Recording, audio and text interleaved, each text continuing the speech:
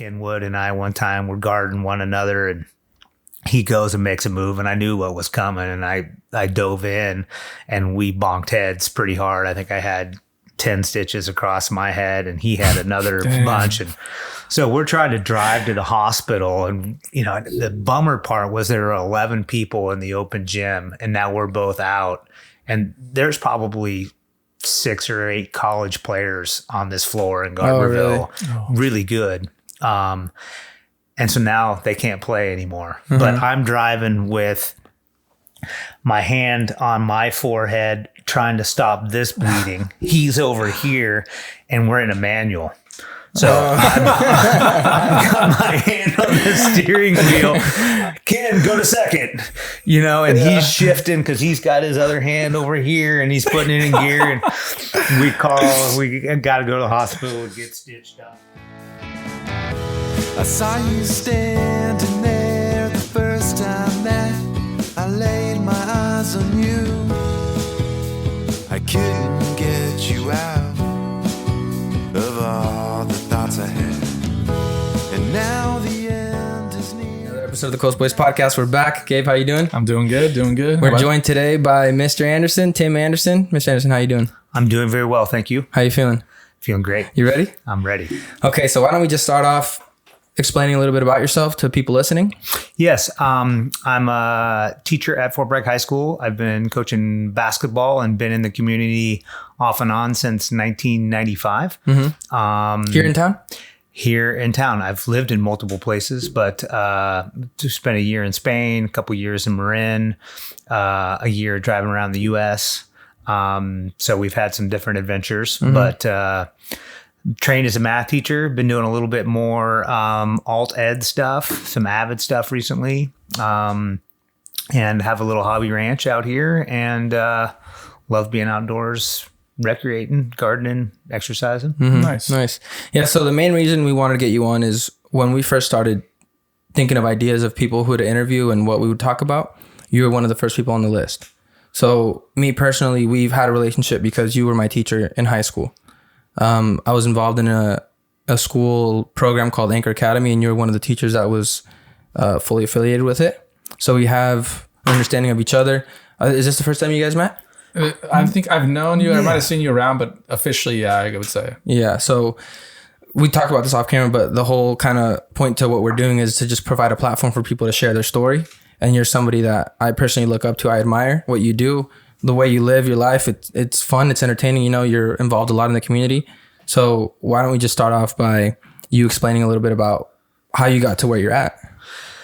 So I moved around a tremendous amount as a little kid. Before I was 8, I probably lived in 8 different places, from Oregon to Santa Rosa, Eureka, McKinleyville, Garberville, Piercy, different locations. My parents had me when they were 18, so they were not experienced parents. Yeah. And kind of had to figure out how to make a living and raise a kid and do all that kind of stuff.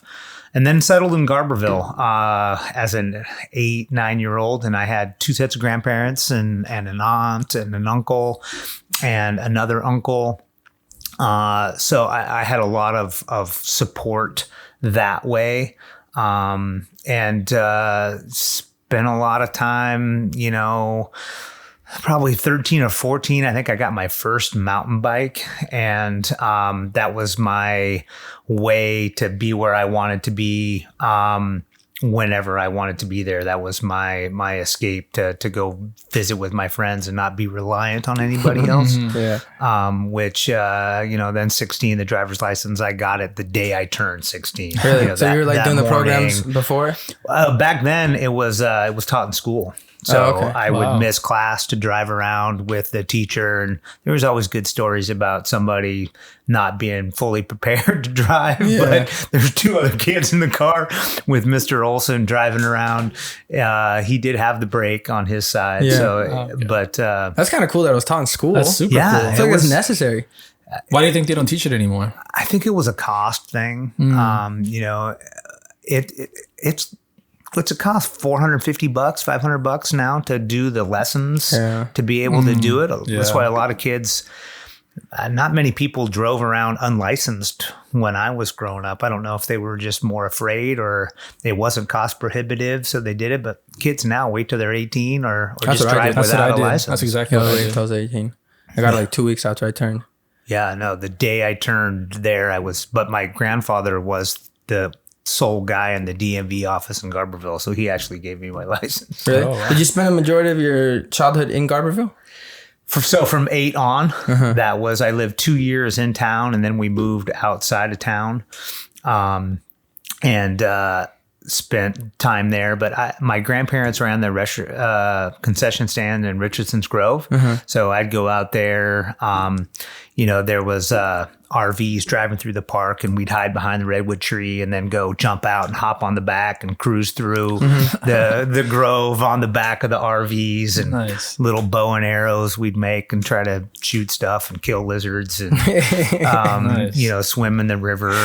And then my other grandparents, she was a school teacher actually, and spent time there. Lots of wiffle ball in her backyard, and they lived in Redway, where we played a ton of basketball. So probably 12, 13, 14, 15, we started playing at the local elementary school. There were dunk hoops. So we, scrap together $1.69, go buy a 12-pack of RC Cola and pound a couple Cokes, come back, 95 degrees outside, playing basketball all afternoon. And there was a lot of really good basketball at that time. It's kind of what my peer group did, a couple years older, a couple years younger, to stay out of trouble.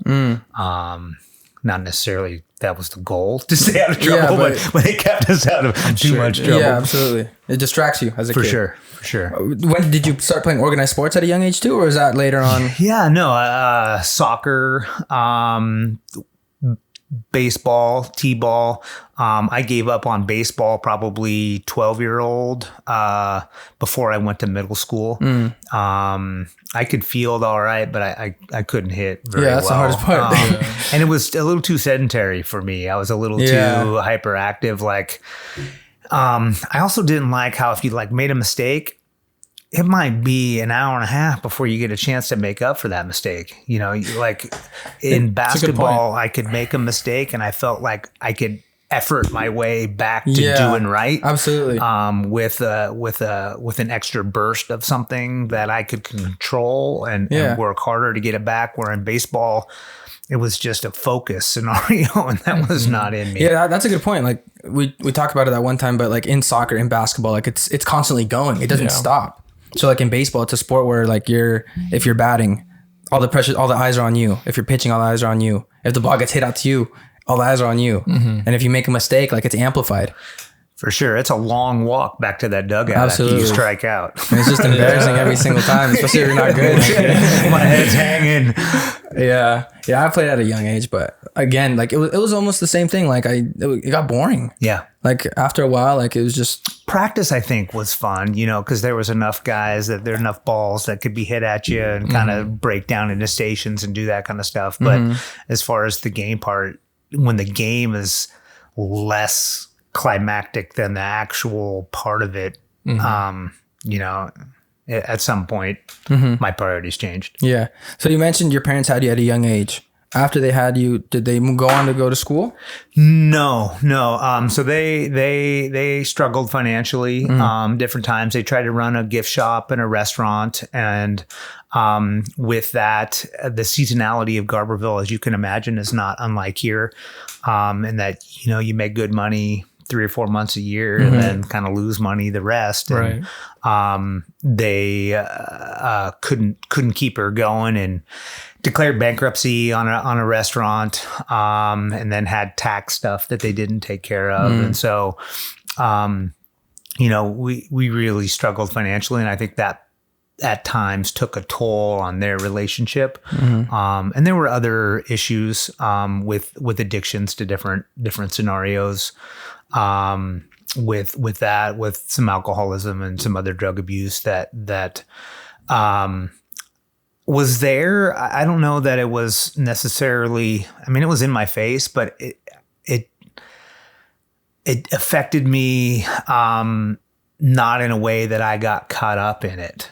That's what I was going to ask. I was just, okay. You want to ask a question? How did that affect you growing up? Did it affect you? Did you realize what was going on at the moment? Like, Yeah, for sure. I mean, there was, little baggies of cocaine, and there was roaches everywhere, and so it was super present, and they drank every night, and it was part of. I remember coming out at different times of night, like, hey, it's 2:00 in the morning. I got to go to school. You guys got to let me get to bed. But I was loved and I was fed, and it was not all bad by any stretch. And I had a roof over my house and my head and that kind of thing. But I've had this conversation with people before, like what is the difference of somebody that kind of shuns that lifestyle and somebody that lives it or endorses it or gets caught up in it. And I don't know all of the factors that separate the people that are able to get out or change their stars that way. I had some good mentors. I think a lot of supportive people in my life, my family and teachers and coaches that certainly helped make a difference for me and made me feel special, as my parents did too. Right. As I said before, there was definitely tricky times, but they loved me and supported me as well. Mm-hmm. I feel like one of the factors in that, like whether you, like you said, you either go into it or go away from it. Mm-hmm. I mean, and I don't know entirely, but like maybe you had that distraction of like sports, or you had that friend group that wasn't going down that wrong path, So maybe you just had that to escape from. For sure. I didn't spend as much time at home.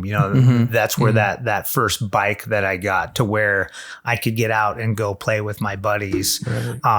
And it was a special group at that time, that they liked to play wiffle ball and basketball and ride bikes and go swim and,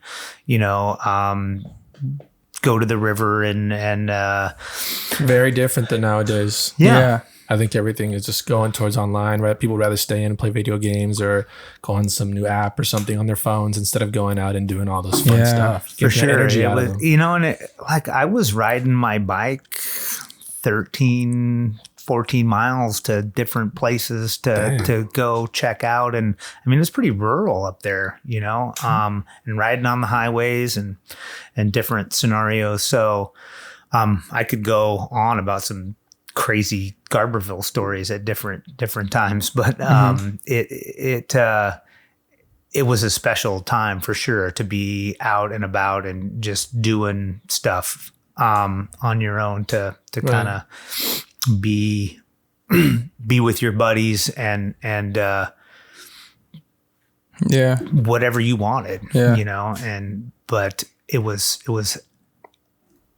fun and healthy for the most part. Yeah. Nice. That's something that's very absent nowadays. I feel like it's fading away as like the technology and everything kind of like starts getting better. Like it's a distraction. I know. I struggle a little bit with my eldest son is a video game guy, and he spends a couple hours a day shoot 'em up, bang bang. And for me, like it was dirt card wars and BB guns and it hurt if it hit you, like so where now like it doesn't really hurt, like so that. For me, I get so much more of a rush out of a real scenario. But I know the dopamine and the different things, like it's a lot of the same chemical reactions for kids that it is when it's real or not. But for me, I just never got to that scenario where it was something that I enjoyed to do. There's a little bit of Pong, and then that was Atari, and then there was the arcade stuff. I like the driving games, Pole Position and some of those, Asteroids, but that was putting quarters in stuff. Like in arcades. Like in arcades. Yeah. It wasn't shakies up in Garberville. There's a funny basketball story. Like my varsity coach's name was Rich, but everybody called him Bill. And we were there, and we get out after going to hoop on. We're in McDonald's and Shakey's playing games, and he's over having a couple sips and gets back on the bus, and everybody here. No, Bill's not here. Where the heck is Bill? God damn, somebody needs to go get him. We got to go. There was no Bill on the team. He's just drunk. Oh my goodness, that's funny. Shakey's, is that an arcade over there? Yeah, that was the arcade up there. That's another thing too. You had to physically get up and go to the arcade. Yeah, for sure. Do you remember? I don't even remember the name of it. I think it might have been Woody's. Was that a thing across the street from Figueredo's here in the corner? It was like a old 50 style. Yes. Little kind of ice cream parlor. Yes. They had gumball machines and bro, high-end candy. Me and my brother and my dad would always go when I was younger. Wow, But it just like stopped. I think it's the disappeared. floor store now, Yeah, right there on the corner. Oh, I know. Okay, across that's where it was? from the bank and across like. Yeah. Diagonal from the post office. Yeah. Whoa, I don't remember, You remember that at that? all. No. I just remember What it was the like heck? older style, like oldie style. Like, it was sick. And I think they had arcades there, right? Had like I arcade think they games. did have some arcade games there. You're right. Dang. Yeah, I remember that. That's funny though. But you mentioned earlier mentors. You had mentors growing up. Was that did. like outside of your home, school? Where did you find those? I think, as you mentioned earlier, a lot of it came through sports, and I had some buddies that had some stand-up dads that were into coaching and knew the game and were respectful of kids and were respectful of the game. Starting with Junior Mayhew and Dave Wood, and these were buddies of mine. Dad that coached me playing basketball, and then. Growing up, my 8th grade basketball coach was a really good guy, John, pastor guy. And then in high school, I had a wonderful mentor, Clint Bainbridge, that just passed away, actually, not too long ago. And they dedicated the floor to him up there. I went up and read a poem that I had written, here one night. I just got up and wrote from about 2:00 in the morning to 5:00 in the morning. Just kind of trying to cherish his memory a little bit. That's awesome. He's a sweet man, but hard and tough, and starting to well up a little bit here. He was a meaningful guy. And, It was all and Bill Givens and Rich Givens, and I had some wonderful teachers too that definitely took me under their wing. Math teacher, drama teacher. I acted in plays and stuff in high school. My drama coach took me up to Ashland to interview with the Shakespeare people up there. And, oh, really? And thought I had potential. So it was a nice, well-rounded experience for me to have academics and coaches and family, and it was very supportive, but with a crazy side too. Yeah, absolutely. Like, you found a good balance. Yeah. And I think that community lost a little bit of that, and that, some of the redneck logger crew kind of dissipated with that community, and it got a little too hipped out. I think is coming back, and there's definitely good people there that are helping support the community and are very much community minded. My brother being one of them. Oh, your brother lives over there? He does. Nice. Yeah. Is he involved in the community at all? Or does He's super active. He's done a bunch of creek restoration or like garbage pickup stuff. There's a fairly large homeless population up there, and so he's organized and helped a bunch with garbage cleanups. He owns a building that he sponsored tons of fundraising events in there. He let them use his building, and now he's working on being a liaison between the marijuana farms and the dispensaries. So he has a relationship with many of the people up there, and he's got over 100 farms now. Redwood Roots is his company. And is doing very, very well. Nice. Yeah. That's awesome. That's crazy. That's cool that he's involved. You're involved. It's like a family thing, you know? Yeah. Yep. You're getting involved. I think it's always important to come back to your communities and help them out, because Yeah. you go out, you learn a lot, and then like, okay, now how can I apply this and help out other places? Because there's always something you could improve. There's always something you could make better.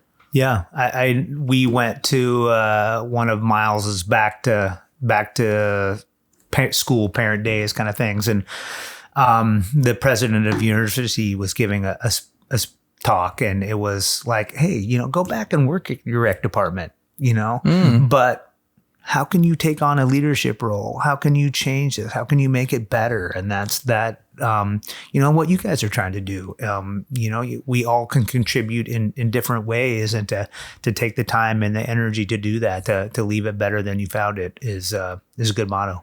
Yeah, absolutely. That's a good mindset to have.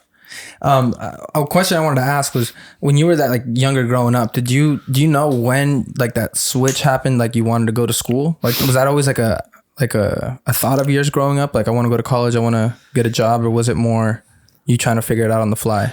I think in that point too, it was having seen my parents kind of struggle financially with how that shook out, and how you could certainly still have fun, but that there was certainly a tightness and a stress that caused. And so for me, ignorantly or not, maybe at the time it was still the case that if I go to school, I can change my stars. In that will get the opportunity to have a better job by going to school, was something that I wanted to do. And I think somewhere, not unlike you, I kind of in middle school, I was a little punky and didn't take school all that seriously.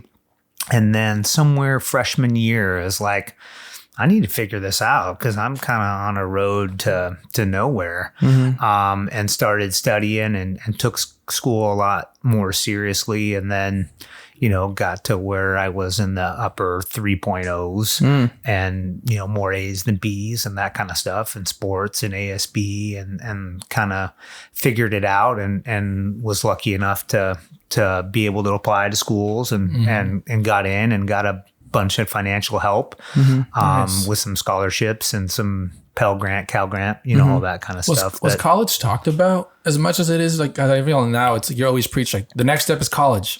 It's not going out and finding a job. It's college. That should be your next goal. Was it talked about in the same way when you were growing up? I don't know if it was as prevalent, but I think it was with my peer group.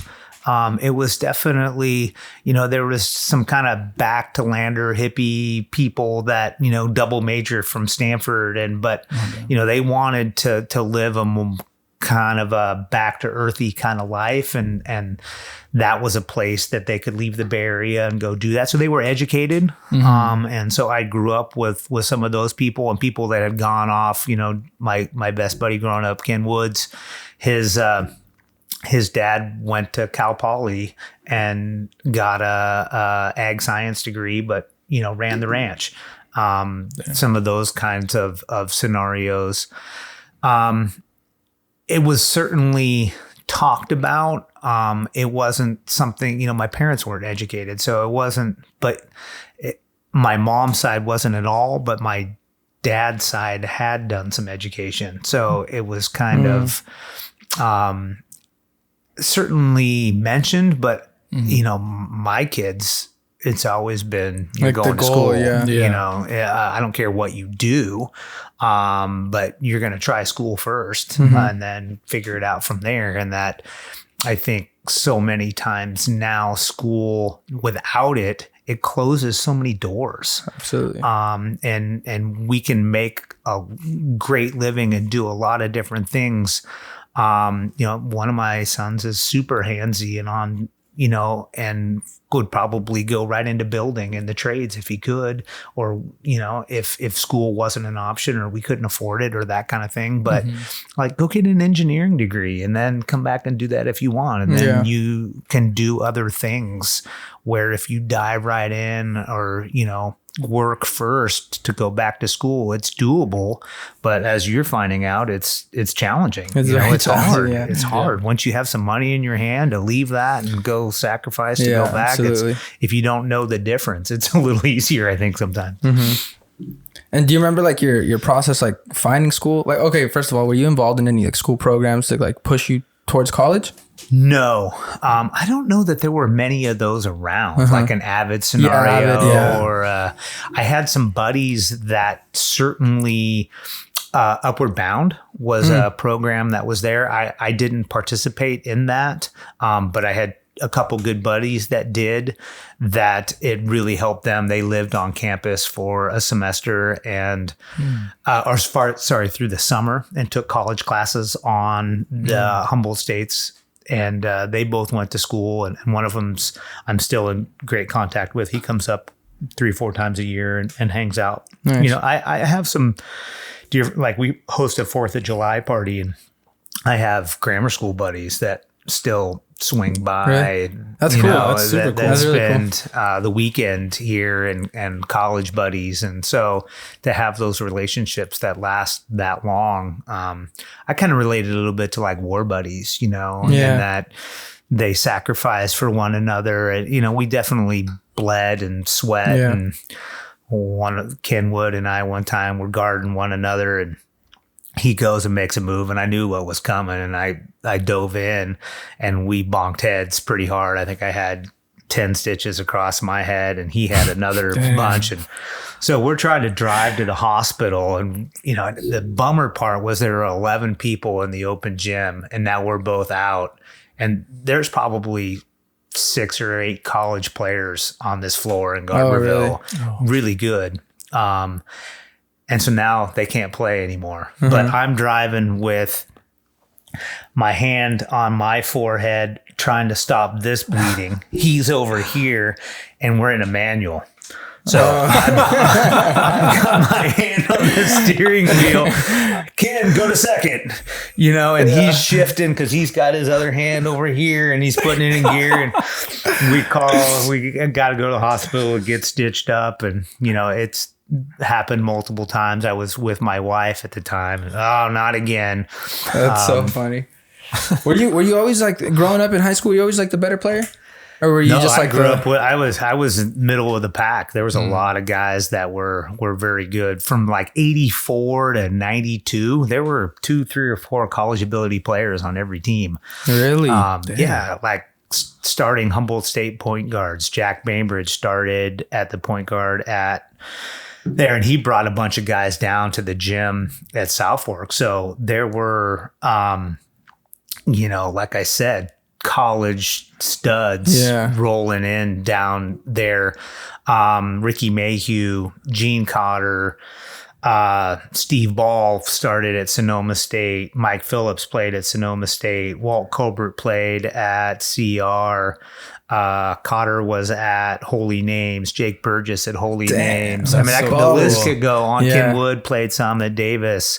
2 of my buddies played at UC Santa Cruz with me. Were they all from around that area? They were all in this little podunk town in Garberville. So, good coaches, good mentors. And we played with a lot of the redneck 20 to 30-year-old guys that worked in the woods that were tough as hell, that would show up and kind of beat you up a little bit. As a 15-year-old, you're going against men. And that had a big play on that. Robert Wilkinson and Doug Moody and Dave Bushnell and all these guys that were just strong and didn't take any shit. And, so all of those things. And then the Humboldt guys coming in, and the mentors growing up. It was a special time for sure. Yeah, that's awesome. I didn't even know that was that much talent over there. Yeah, no, it was crazy.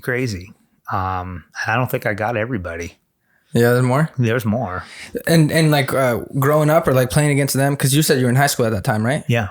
Did you have aspirations to go on and play college? For sure. Yeah. For sure. It was definitely a dream of mine. You know, but being 5'10" and average athletic ability, you know, I had to be a little tougher, and I got to the point where I could shoot the ball fairly well. My handles were so. But you know, Santa Cruz was a place that I could play. So I only applied to 2 schools, Long Beach State and UC Santa Cruz. Did that aspirations of playing affect your decisions? Or For sure. Yeah. I thought I could maybe make a club there, and I walked on and made a club. I was certainly not recruited. Yeah. Did you have people telling you that why you probably shouldn't try, you're only 5'10" or whatever? No, I think because seeing other guys make it, you know, I wasn't that far behind them. Right. You know, they were better than me, but not that much better. And they were having some success at that level. So I thought it was something that I could do at the right place. You know, D2 was probably a reach for me, but D3 or a JC was something that I thought I could pull off, and people told me that you got a shot, you know, not that you're going to make it. That's good though, because I know me growing up personally, when I was playing soccer, I'd get a lot of people who would say, or if you have dreams like, oh, I want to go pro, or I want to go this, and people just kind of laugh you off and be like, oh, good luck with that. But, you know, you make sure you have something else, because, you know, that's not going to probably work out. And I think mentally that did affect me, because I think it kind of stopped me when it came time to picking colleges. I didn't pick colleges for sports, even though I was super athletic and I wanted to play soccer. When it came down to it, I picked my academics over sports. So I wonder how things would have been different if I would have gone to a different school to play soccer, and then maybe I would have developed into a much better player and gone on from there, right? For sure. Absolutely. For sure. Dude, you're skilled, Gabe. You could have done it. That's a good thing. You didn't get people talk you out. You're like, no, I want to play ball, and I'm well, and I think having that, and you were a good enough student too, you know, where you had options, you know, and it's those priorities that we play. And I think that's something where, had there been an athletic mentor for you to say, hey, I think you can play here, you know, have you thought about Dominican? Have you thought about, you know, holy names? Have you thought about, you know, that whole other league of the NAIA schools, not NCAA schools, or Division III, and, you know, being a Hispanic boy where, you know, try to get onto like a more elite school D3 program, you know, that kind of thing, where I think more kids now need to not close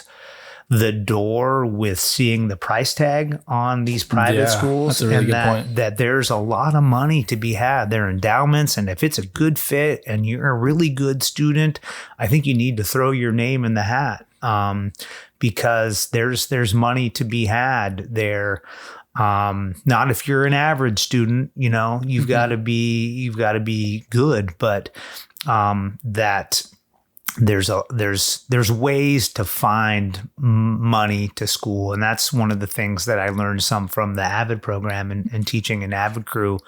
We've got girls at Santa Clara, Redlands, SAC, Cal Poly, and they're all paying, you know, under 10 grand a year to go to school. That's huge. And yeah, exactly. So it's doable. And these girls worked hard in school, and their finances aren't great. So there's, you know, two things there, and they're dynamic too. You know, they're go-getters. So, and a couple of Dominican that are getting tons of money too. So yeah.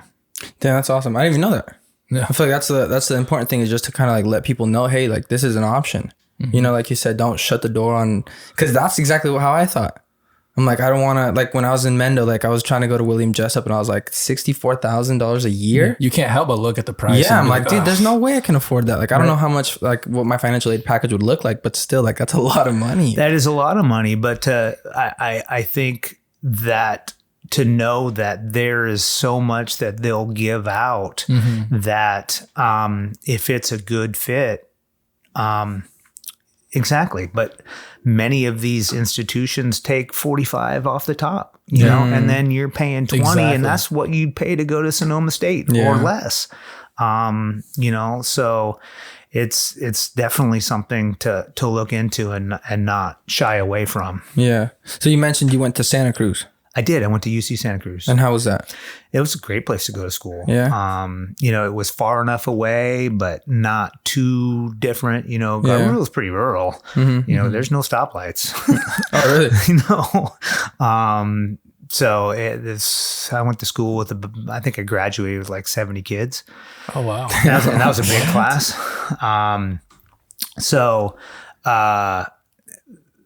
To not be Long Beach would have been a little bit more of a stretch for me. Did you visit those previously? I did. My grandma took me on a road trip. How was that? Awesome. It was fun. Yeah. And did you go did they set up a day for people to go and visit, or was it just like no, you we just want to drove go around. Yeah. It was not the formal kind of tour that you can get nowadays. And did you go in undeclared or with a... I declared as a math major at both. Off the jump. Right off the get-go, baby. So why math? For me, in doing a little research, one of my son has some learning difficulties, a little dyslexic and dysgraphia, and kind of trying to help him figure that stuff out. I'm pretty sure it was inherited. So like I didn't read growing up. It was hard to read out loud. Like when I was auditioning for plays and those parts, like to say stuff out loud and read the lines, I always got crazy flush and hot and red and like embarrassed, and like it was tough. I didn't become a reader until after I graduated from college. I was intelligent enough to kind of figure stuff out, but I would so much rather sit down and do some math problems where I knew there was it was like a puzzle, how do I get to this end? And I knew there was a right answer, and math laws and rules are steady. You don't break them. We're English. Like, oh my gosh. I'd hate to have to learn it as a second language. It would be brutal. I've tried to learn Spanish a couple different times, and language is hard for me regardless. But, I comes before E, except after C. Yeah, you learn all there's so many rules that are like, it's this, and then except for that world, part. there's an exception. Yeah, but like, then there's a weird, like WEIR. Well, that's I isn't coming before E, and it's not after a C. Like, what the hell? Doesn't make sense. Didn't make sense. So, I had much more of an appreciation for the math, and I had a really dynamic high school math teacher. That I went actually back to Humboldt and got my teaching credential, and she was my mentor teacher. So not unlike you, kind of coming back home to learn from somebody who I loved and respected. So that's awesome. Nice. So did you go in with the mindset of I'm going to be a teacher when I'm done? Or was that something that you kind of gained while you were in college? It kind of, I thought that was something that interested me maybe late high school. And then as a freshman, I got to do a internship at a elementary school in Watsonville, which is a very kind of poverty Hispanic community, a lot of farming kind of stuff there south of Santa Cruz. I borrowed my dad's motorcycle and commuted on a motorcycle back and forth my freshman year, which was pretty cool to be able to go do that through my writing teacher there, because I needed special help with a lower level remediation English class. And she had connections down there. And so I went down there and, just hung out with kids and did recess and math. And that was part of a class that I took. And that kind of helped solidify it a little bit, like, who doesn't want to hang out and have fun with kids all day? Yeah. It's fun. Yeah, absolutely. I remember when I was in Mendel College, like that's kind of the first job when you're on the team, like that you get set up with, like you want to do coaching, like you get paid this much for the session. At the end of the month, you get cashed out. And at first, me, like I kind of saw it as like a lot of pressure. I don't know why, but it's like you're just surrounded by all these kids and all the parents are sitting around watching. But it was like really fun. And there'd be days where I'm just like, I don't even want to go. Like I'll make an excuse to not go, but you end up going and it's like they cheer you up. Yeah. Especially these little kids, like it's not about winning and losing. It's just about having fun. So you're playing these games with these kids at that young age when they're developing. And that's kind of like where I was like, oh, okay, I can see why people enjoy this or why they do this. But going into it, I was just like, coaching isn't for me. Like I wouldn't want to do it. But now like it kind of changed my perspective on everything. So I can see like what like the people get out of doing it, like the joy they get. For sure. And I think when competition is done right, it's so powerful. What do you mean by that? Done right?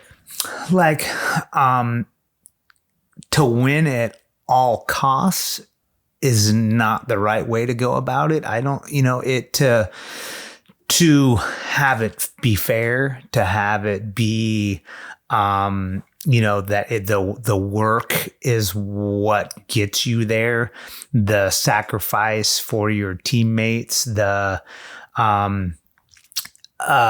putting in the time and seeing the reward and the camaraderie and all of those things when it's set up that's when it's us, which is tricky. We had a conversation earlier about, working out with your peers. Like, that's the guy I got to beat out. I like that guy, but I still got to beat him out. That's a tricky thing. Yeah. It's a tricky thing to foster. Like, if that guy tweaks his ankle, it's not the end of the world for me, but it's kinda, it is hard, man. It is hard. A tricky. It's just like you need to find a balance. Like, this guy's my friend, but we're competing for the same spot. Yeah, and there's only so many minutes to go around, and you're spending so much time with them because you guys are rotating. You guys are getting reps together, so it's like you don't have this ill will towards them, but you want to you have this like selfishness. I don't know what it is, but you're just like, I want to play. That's exactly what it is. I think it's way more prevalent in basketball because there's less positions to fill. Absolutely. And so in soccer, there's 11 guys on the field. So I could, if I wasn't playing a left midfield play, I could put me up top, and maybe if someone was injured down in defense, I could play defense. I could fit in that spot because I'm fast enough and versatile. But in basketball, you have certain players in certain positions. So it's like, you got to beat out that guy if you want to be playing. Yeah. I have a little bit different take in that I, coaching wise, try to put my best five regardless of position generally, and would kind of try to tweak it a little bit to where I might have a 6'5" guy coming off the bench because, the 6'1" guy works harder or takes care of more details or is a little bit better player. So I think there is some of that, but often you're carrying 12, so that's more than double. The soccer team, that's like 25. Yeah. So you that's pretty deep. But it's easier to sub in basketball too. That's true. I can call a timeout. There's a lot more stoppage in play. So that's true. When did you start getting into coaching? When did you want to start I coaching? started coaching when I went back to South Fork to do my student teaching. I kind of co-coached a freshman team in 92, 93. Yeah. And then I went to Utah for a couple years and coached and taught back in Utah and learned some stuff back there. That was after college? That was after college. Okay. So I graduated from Humboldt State and then went to Ogden, Utah and taught and coached for a couple years. Came to Fort Bragg in 95 through 2001, 2002, and then went to Marin. Had 2 more kids down there in 2002 to 2004, and then moved back to Fort Bragg in 2004 and have been here since then. Since then? What happened in college where you start going to Santa Cruz and you end up in Humboldt? At the time, to me, I thought a big link in figuring out the teaching profession is the mentor and how you do that. And I really had a lot of appreciation for my high school math teacher. And so to go back and learn from her, she was one that connected with such a wide range of kids, from the jock crew to the stoner crew to the skater crew to whatever. They all liked her. And she was good and challenging and fair. And so why not go and learn the intimate details from somebody that know's got it going on? Was a big part of that decision. So as soon as you were done with school, sorry, I didn't mean to cut you off, but as soon as you were done with school, you just jumped into teaching and coaching? I went right into a credentialing. So I got my degree in Santa Cruz in 4 years. the math degree down there, and then went to Humboldt directly, and then started teaching. So, like when I went back home, there were girl buddies of mine dating girls in my class. Like I was 22. Really? That must have been weird. A little, and some of these kids, in that kind of generational thing, it was like kids I partied with, but they were super respectful, as was I, and it couldn't have gone any better. It was really nice. Nice. And what took you to Utah? At the time, we didn't. I was with my wife Juliet. We weren't married at the time, but we wanted to stay together. And it was there weren't many jobs in rural California at the time, and I wasn't quite ready for big city California. I didn't want to navigate that, but maybe kind of mid city somewhere else. Right. And it was a big growing experience for us to go try somewhere else, different part of the country. The Mormon thing is kind of a trip. There in the States, super prevalent. And, we bought our first house there for $60,000. Dang. I made $19,000 a year and thought I was in big money. Yeah. Because the cost of living was so much less, and it was, early 90s. So, Nice. Yeah. Did you and your wife meet in college?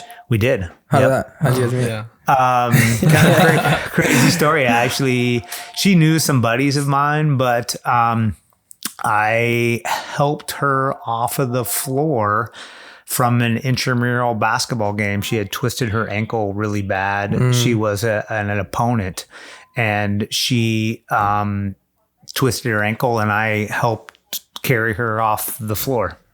And you guys just started talking since? Yeah, and then I think it was a little bit more her digging me than me recognizing her. To be honest with you, You're a player. That's funny, bro. That's like a movie script right there. It is. Yeah, seriously. That's awesome. So, okay, I was going back to coaching. Yes. So you said you played in a club over in Santa Cruz. Basketball? You said you were playing basketball club? No, I played on the interscholastic team, so I made the basketball team at Santa Cruz. Yeah. Oh, I didn't even know that. Yeah. How did that go? It was fun. Learned a lot. We got our ass kicked most of the time. In that it was Division III, but we are not affiliated with the league, so we played tons of back then I think it was the CCAA, but it's the Humboldt, Sonoma, Chico. So we were kind of the whipping horse for all of those schools. And we were always on the road. So we played Humboldt at Humboldt, Stanislaus at Stanislaus, Chico at Chico. So we would go, we played Northridge. UC Irvine was a big win game for us. UC San Diego. And then we played a couple smaller Bible schools, Simpson Bible College, Bethany Bible College, I think maybe William Jessup. Yeah. Some of those schools that weren't NCAA, but NAIA. Yeah. And had some success with those schools, but we took our lumps more times than not. But to play at that level, at my sophomore year, I started getting some time and started a couple games, and I think I scored 8 against Chico, which was a high for me. That's awesome. I hit 2 threes, couple throws, snuck in a layup. But it was a good experience. I had a wonderful coach, especially my sophomore year, who I'm still in contact with. He actually has coached at many different levels. Another wonderful mentor. Coached at Santa Cruz, George Mason, some JC, went back to Salesian High School and kind of put them on the map, and they're now nationally ranked. Then went to Dominican, put them on the map, won that league for a bit, went to San Francisco State, was the head coach there for a bit. Wow. Then to Albany High, back to his community, where I don't know if you guys understand the full discrepancies of how programs are funded. Like he was telling me, I had no idea that he gets 4 scholarships a year. for every dollar that he raised, the girls program got 60 cents of it. And Stanislaus, or I can't remember, it might have been Bakersfield, 12 fulls. So like, how's that fair? Same league.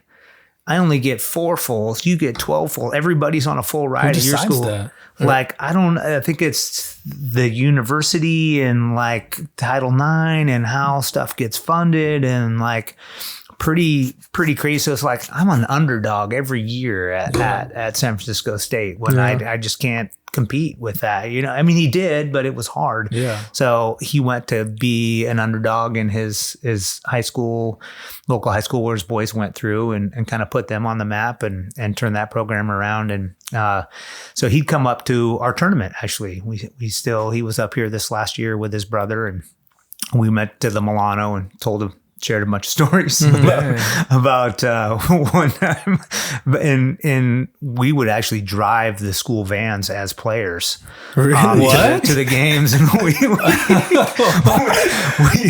we got out one night and we're doing stuff in the van we shouldn't have been doing and hit something and drove it back, and there were some dents in the school van and he got in trouble.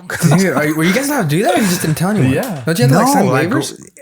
We were legally driving it. Like, we went to Sonoma State and I drove the van because I knew how to get there, you know, and we crashed on my godmother's at her house as the team. And, you know, that's awesome. Dude, those team trips are so much fun. Yeah. And I think, you know, growing up on the school buses, you know, not unlike here, we had 3-hour, 4-hour bus rides to games and, you know, lots of stories there too. Yeah, that's awesome. So one of those questions that I want to ask, when you're going through that college experience, like, you kind of already have in your head that you want to be a coach, right? Do you take philosophy, like your coach's philosophy? So would you say that your philosophy as a coach, the way you coach, the drills you use, the formations you use, is mirrored from your coach at Santa Cruz? Because what I see in like soccer, that it's very prevalent. Like my coach Shane Huff was coached by Simon, who was a coach at Bakersfield. So when you see Simon play in Pac-12 or like him set up his formation, it's like the exact formation that we play. I understand his press. I understand what he teaches because he coached my coach, and my coach is kind of coaching the same thing, puts his own twist on it, but it's essentially like the same philosophy, which is I think is cool to see in soccer. I don't know if that's the same thing in basketball. I think very much so. You know, you're going to teach best what you know best, and what you know best is what you did. Right. You know, so there's definitely been other learning things that I've picked up in my time in Marin. I worked under a coach that is extremely knowledgeable. Doug Donnellan at Drake knows his business like a lot of college coaches refer to him for different stuff. Like, he knows his stuff. And so to be there for 2 years and pick his brain, you know, I've got a booklet of his philosophies and plays and different stuff, like just extremely organized and thoughtful and all the way out and created different things. And so I've had a lot of mentors that way, not necessarily guys that I've coached or that have coached me, certainly taken a lot from them, but also from guys that I've watched and worked under as coaches. My time in South Fork, little time at Humboldt, you know, watching those guys and working their basketball camps as a young person.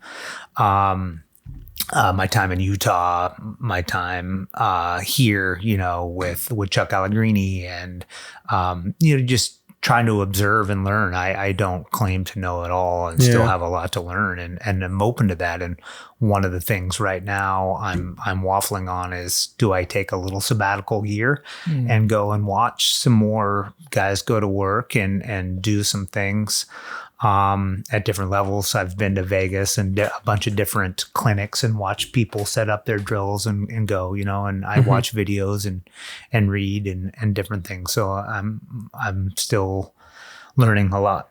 Yeah. Are there camps like you go to? Like, Well, I used to go to a lot of camps because I would take in my kids. Miles was very much into hoops and a hoops first guy. Clay and Athena, whatever the season is, they wanted to be a part of it. So it was something that I would go and work the camp to get him in for free kind of thing. So as a coach, the point guard college was another thing. I went as a paying coach to learn from them, a lot of really good stuff. And Basketball Jones, Gene Cotter came into town and had a bunch of camps that I would work and help out with. So, it's definitely a game that I fell in love with pretty early and still really appreciate and still play. Yeah. When you coach, does your coaching style change depending on the players you have, or how does that work? For sure. I think more and more in this day and age, you have to have kid gloves. You got to be a little softer. You got to be a little, and I think one of the biggest things is the instant gratification. Kids got to play now. And I have two great examples in Garrett James and Max Hartsock are two guys that come to mind. And there are many others that didn't play as juniors, like limited minutes. Both of them were all league players as seniors. Max was the MVP of the league. We were lucky to win the league, and he was our best player as a senior, and he came into his own late. But I think now there's like that kid might not have played as a junior, or would have quit or given up on it, or parents would have said, "Oh, you should be playing more." And Max had very supportive parents and knew that the big picture at the end, your time will come. And I think that sacrifice to get to the level where you can really compete and contribute doesn't always happen right away. And that willingness to put the time in and not see minutes is few and far between now. Kids gotta see the floor to be engaged. And I think that's something that I can do a better job of, is trying to keep those kids happier and know that they're appreciated and that I'm not giving up on them, that I still want them and need them, and they're a critical part of this.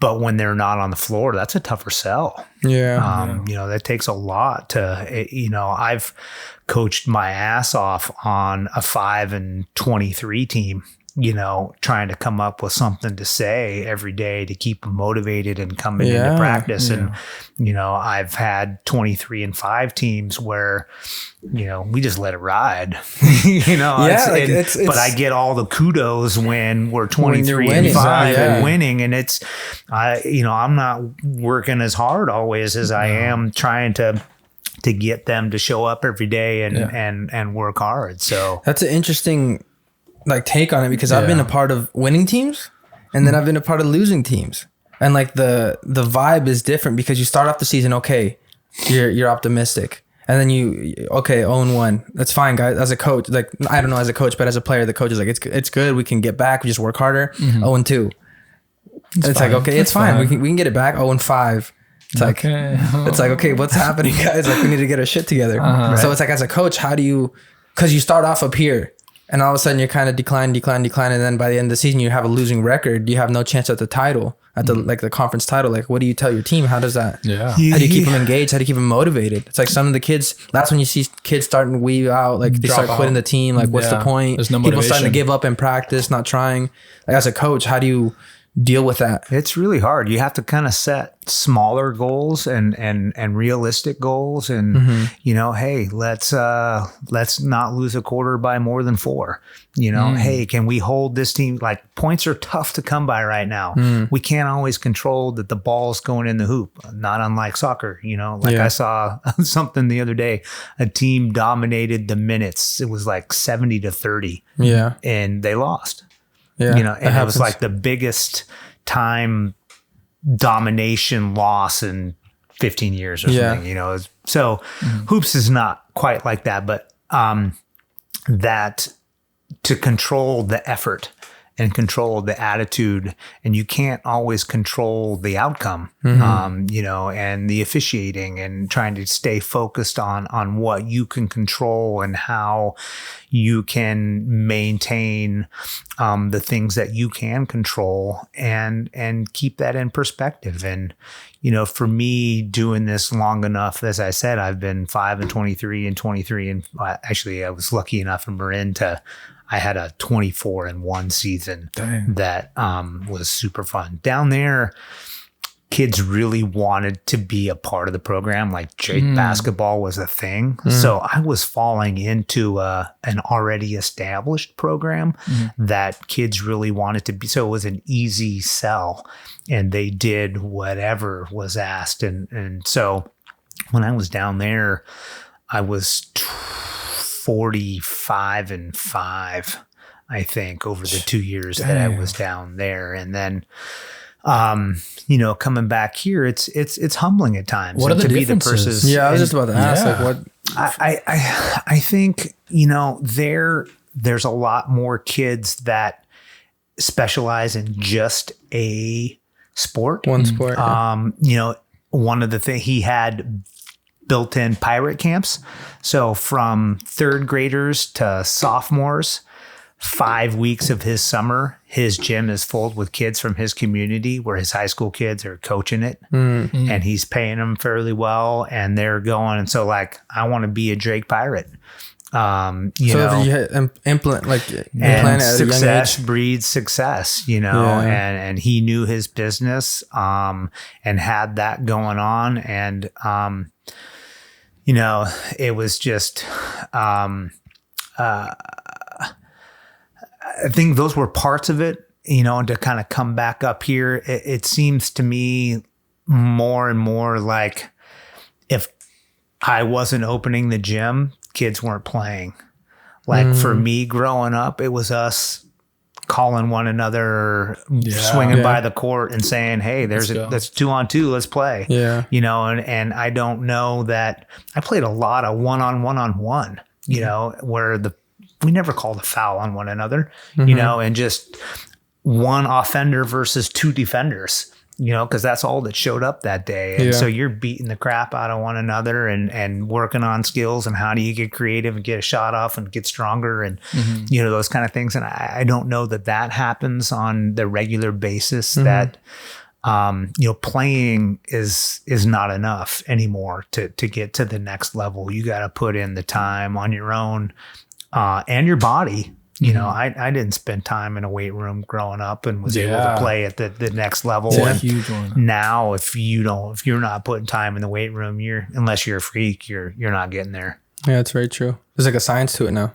That's such a good point. Yeah, because growing up, I mean, we played soccer, and we never had any wait time assigned to us. It was just out in the field, and you kick the ball around, and then then Thursday, next day, 2 times a week we practice, and we have games on whatever the days in between. But we never hit the weight room at all. And then you look at any professional, successful program at any bigger city, and it's like they're hitting the weights once, twice, 3 times a week. You know, They're just ahead of the game. I think. Like for us, I remember growing up in high school, it was viewed as like it'll make you stiff, it'll make you very slow, sluggish. It's not beneficial.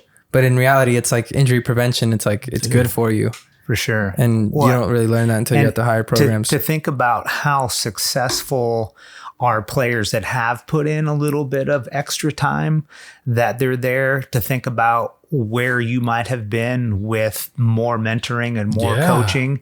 You know, if you were playing 4 days a week and you were conditioning on the days that you weren't playing and in the weight room, you know, it's tricky in that there's not that many kids that are that into it. You know, it's really hard to do by yourself. Yeah. You know, to go grind that out every day. If you've got a weight room partner and you've got a running partner and you've got some of that stuff, it can help motivate you. Hey, I don't want to leave my buddy hanging today, you know? So those kind of things, but it takes so much time and effort to get to that next level. And there's so many distractions, and many of our kids are playing 2 and 3 sports Yeah. and have a That's the thing job that I and think are in is- ASB. And, like there's so many pulls on them. And I think that breadth of experience is super valuable, but there's, a couple kids a year that want to get really good at one thing. And Miles was one of those with hoops, and I just couldn't keep him busy here by himself year round, So early on, I kind of made him play soccer his freshman year. He wasn't all that like, hey, dude, come on, give it a go and see what happens. Right. He was Make pretty him- good. Yeah. But I remember when he was playing with Jeremiah, like he was playing center back. So I was like, I kind of had an eye for it. I was like, dude, this kid he was just composed. he was composed. He's He was very a very good composed. communicator. Yes. Didn't get too flustered about it. And I think he became a much better leader through that scenario, in that I think it was kind of humbling for him. In hoops, I think there was times where it was frustrating, like, that's a simple play. That's like, why did you not make that? Because he had put so much time into that, making that a simple play. Where in soccer, he hadn't. And like, oh, shoot, I just shanked that. Like, I didn't mean to shank that. Yeah. Like, how can I communicate with that kind of being better? So he certainly held his own and was an all-league player as a senior. But and like the camaraderie with it, and enjoyed the team. And Mr. Valador was a very good mentor for him, and a good coach, and very fair. And same with Mr. Saunders. So you coached Miles when he was in high school. I did. Yep. And it was challenging for sure. I was too tough on him, and didn't communicate always in the best ways. If I had to do it over again, I would do some things differently. For sure. There was many a tear shed, and me talking about not doing it because it was impacting his love for the game and that kind of thing. So it was hard. For sure. And I think we can look back now and appreciate some of it, but, I did not get into coaching to coach my own kids I did it for 15 years, 20 years prior to them being there. A lot of ladies and more dads will get into it to coach their own kids. And that was, to be honest with you, some of my least favorite coaching. It's hard to be dad and to be a confidant and to be the coach and not show favoritism. And I was probably too conscious of that. But I remember Adam Kudo came to town, and like we were firing up, and he was coaching the JV boys, and I was doing the varsity boys, and he didn't know. We were into week 3, and he didn't know Miles was my kid. So I was doing some things okay. It wasn't a complete failure, but it was tough. Did you ever feel like, you kind of touched on it a bit, but did you ever feel like backlash or some kind of hostility with parents, like you're favoring your son? Did you feel like that would affect your decision? Like, now I can't give him enough minutes. I don't want to give him that much time because then I'll look like I'm favoring my son. The part there, I think maybe his freshman year, that was the case. But his skill set was so solid that, and then as a sophomore, he grew to be a little bit more athletic. And that I didn't feel a whole lot of pressure that he shouldn't have been on the floor. Yeah. And as a 6th grader, he started on the 7th grade team. As a 7th grader, he started. So like there was some things that people knew that he had put in the time and kind of deserved that and earned that. So I think that part of it wasn't as much. I think it was just more with his teammates, knowing that he wasn't getting any special like treatment or less tough or that type of thing. So I try not to concern myself with the parents as much. There's a That's another tricky thing. That's a hard thing, changed especially like in a lot. small town. Yeah, exactly. You see people in the grocery store and their kid didn't get minutes last night. Do you approach them and say, Has that hey, happened to you? When they for come sure. up and they're Well, and just to see them, whether you're going to Rossi's or to Harvest or whatever, or walking around campus or whatever, it's when you control their fate in that athletic endeavor that it's trying to manage that is tricky. Do you ever, when you're coaching, like, this is kind of like changing subjects, but like we talked about it earlier, like maybe not having the best team, but like going up against another coach, do you ever feel, I've always wanted this, like as a player, do you ever feel like inferior to the other coach? Like maybe they have more experience, maybe they have better teams. Cause I know as a player, I've felt that, like last time I went up against that guy, he burnt me. Right. Like he's fast, he's good, he's technical, he's played in club, he's played in academy. Like these guys maybe have more experience. As a player, there's sometimes where you do feel like less of a player in that competitive aspect. Like, does that ever happen as a coach with another coach?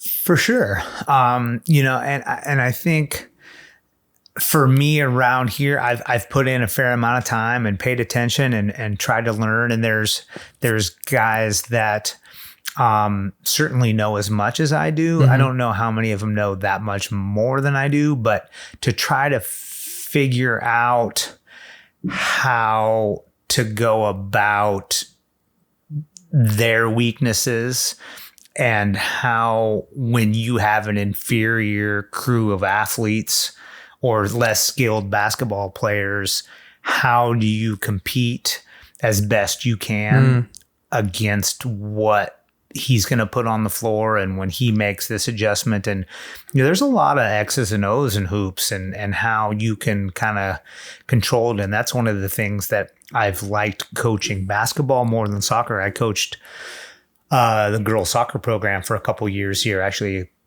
first girls playoff win was coached by this guy. Really? Dang. What year was that?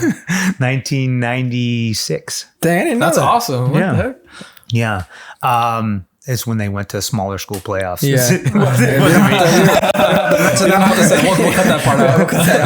That's awesome. So are there times like when you're playing against other coaches, like does it feel almost like chess? Like you're playing chess with the other coach? For sure. And who they put in a game and then who you sub to guard that person and this style of defense. And, I certainly have my philosophies and am kind of somewhat predictable in what's coming.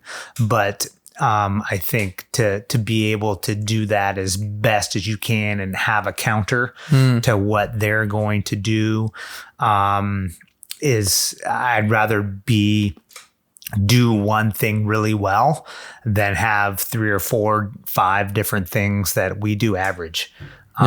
So for me, I've been a really hardcore man-to-man or person-to-person defensive kind of go. We're just going to match up mano-y-mano, and I'm going to do what I can to contain you and work hard and do all the rotations and coverages. That's not unlike soccer and where you need to be when the ball's here and when that person's there, and just kind of drill that and drill that and drill that. And we've been pretty lucky defensively that way, in that many of the Lake County teams prefer zone style of defenses. And so it's hard to prepare for a solid man-to-man defense when in a 2-day period. Yeah. So that's been an advantage to us over the years. But the disadvantage for us is that because that's the style of defense we play so much, that's how we offend in practice. And when our opponent zones us, we're not always as prepared as we should be. And that's my fault. And that's a downside to mine, and was something that I need to continue to get better at and make more sacrifices to offend zone defenses. I don't like playing them that much, so we don't do enough of it. Would you say you're like known as a defensive coach then? I would say that. Yeah. Old school defensive coach. For someone that doesn't really know basketball that much, what would you say is like the difference between zone and man-to-man? And like nowadays, what is more played? It's there's Jim Boeheim at Syracuse has won national championships playing a 2-3 zone. Mike Krzyzewski at Duke has won national championships playing man-to-man. It's not, it's kind of back to your mentor question. My mentors have been man guys. So that's what I know better. That's what I teach better. It's not necessarily what's the better way to go about it. I do have some philosophies about it being more true to the game. But it's more my stubbornness and my beliefs, and this is the way that we should go about it. Kind of that old school comment of like, this is what we're going to do. And, to be honest with you, we've been super successful. This last year, the girls team didn't win 10 games. We had some different issues with injuries and girls decided not to play and that kind of stuff. But we kept the team that went 9-5 in league. They had 6 points at halftime, 2 field goals. The other team, they had 9 points at halftime. They had 3 field goals. So that part, we did well. We just couldn't throw it in the ocean or play catch well enough to go about it. So I have enough knowledge and appreciation and belief in my ability to teach that part of the game. It's the offensive skill set stuff that takes a lot of time to develop. You guys have both put in tons of time with your feet, kicking a ball around, and to get good at it, it takes a lot. And that building a mentality and a discipline about the defensive stuff is something that I can do in the short amount of time that they're there. But the offensive skill set is the part that in recent years hasn't been there. Yeah, I feel like as a coach, you would have more, how would I say? Like you have more control, like setting up the defense. Like this is how we're going to guard. But when people, like you can just set them up for a good shot or maybe run a good play. But at the end of the day, it's up to the player, Like as a coach, I feel like you'd have more, what's the word I'm looking for? More control. Yeah, more control, I guess, in the defensive side. I would agree. Yeah, I would agree. And would you say when you do man-to-man, it's easier to hold players accountable? Like that was your guy as opposed to zone. Like, would you say there's confusion or how does that work? I think there is a lot of that, but inevitably you're going to get beat. Somebody's quicker, somebody's better, somebody made a good move. Yeah. And it's up to the rest of the team to cover for you and to come to help and to rotate and take away the next threat. And we just drill that over and over and over again. And there's certainly some mentality of I'm going to contain you right here, right now. This is my responsibility. That's exactly why I feel like I've always loved defense. Like there's like it's like a one on like me against you. We're gonna be matched up all game. You're not gonna beat me. Like there's a certain pride that you take when you take the ball away from them. Like when you're shutting them down all game, like it just feeds your ego. You know what I'm saying? Like it's. I hear you, and I think so much of that is effort and discipline.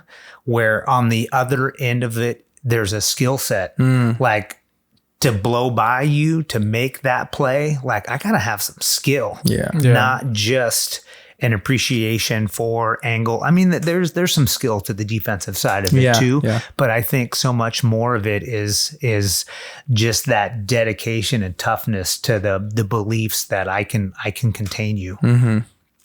Yeah, that's very true. Do you think, you don't have to answer this if you don't want to, but do you say as a coach, like, do you have favorites? Like, do you have like a certain player that you like, I can go to war with that kid? Like, do you pick favorites? I try not to pick favorites, but there's certainly, types of players that are more enjoyable for me to coach or maybe easier to coach because they have that kind of mentality already instilled. It's a mentality and it's a tough one to teach sometimes when you have a kid that's a little softer or, is super skilled and like, okay, yeah, I'm going to try on the other end more than I'm going to try on the defensive end, because I can beat my guy. That's more fun for me, or that's more my mentality. So to kind of try to transform that mentality to get the defensive side of it and then still have that offensive side of it. I think for me as a player, where I struggled much more as a younger type was to contain that kind of wild animal mentality defensively, like that fanatic energy type, to where now I've got the ball. I need to have a flip of a switch. Now I need to be calm, cool, composed, make a quality decision, not be hurried. Right. Where on the defensive end, I'm hurried, and I'm not known as a fluid player by any stretch.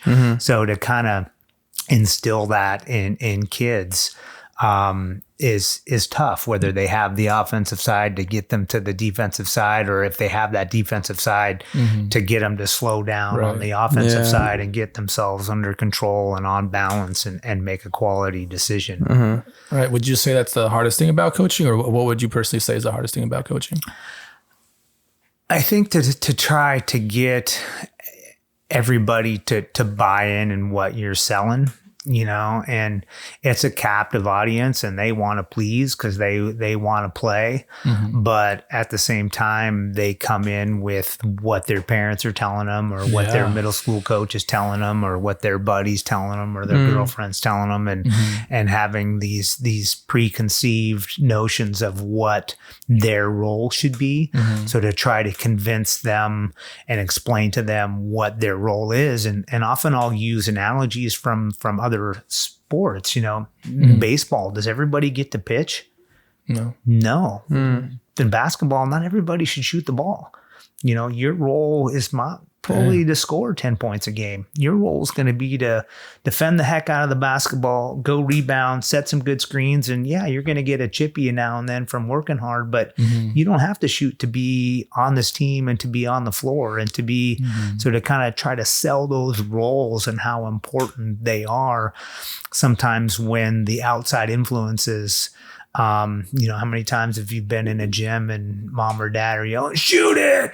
That's not necessarily what's in our team's best interest right now, and I understand you want your kid's name to be in the paper and to score some buckets, but that's not. So convincing them that of the team first scenario is a challenge with the other outside undue influences. Yeah, but how do you do that? You tell the kid, this is the role I need you to play, and you have mom and dad telling them when they get home, you got to shoot it more, you got to do this, and then it's like that conflicting, you're hearing two different sides. Like, so what do? Do I follow my coach? Do I follow my parent? It's a tricky question, and I think one of the things that I potentially need to do is have more conversations with parents, and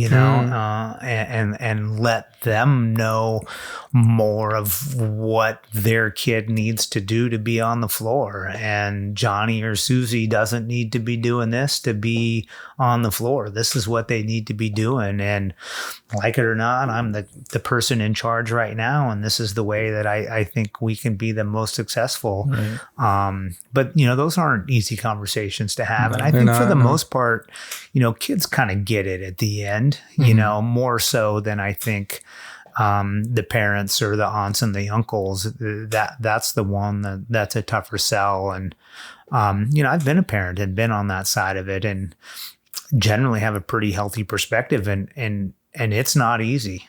It's not. Yeah. You brought up a good point, something I was going to say. You have a certain style of playing, a certain style of teaching, coaching. Is there the same for the middle school and for the JV team? Do you guys all share the same style of play, or that's a good idea to make it easier for the players to get used to playing man to man? Or I don't think we've had as much cohesion there as we could have. There's been different coaches at the middle school that have had different strengths and fortes and things that they've done better. I think in the end, if the middle school crew can get kids to love the game and want to play, that's kind of number one, and develop some skills. What the X's and O's part of that, aren't as important. I can teach the defensive side of it pretty quick. But the JV coaches that I've had as a varsity coach have certainly bought in.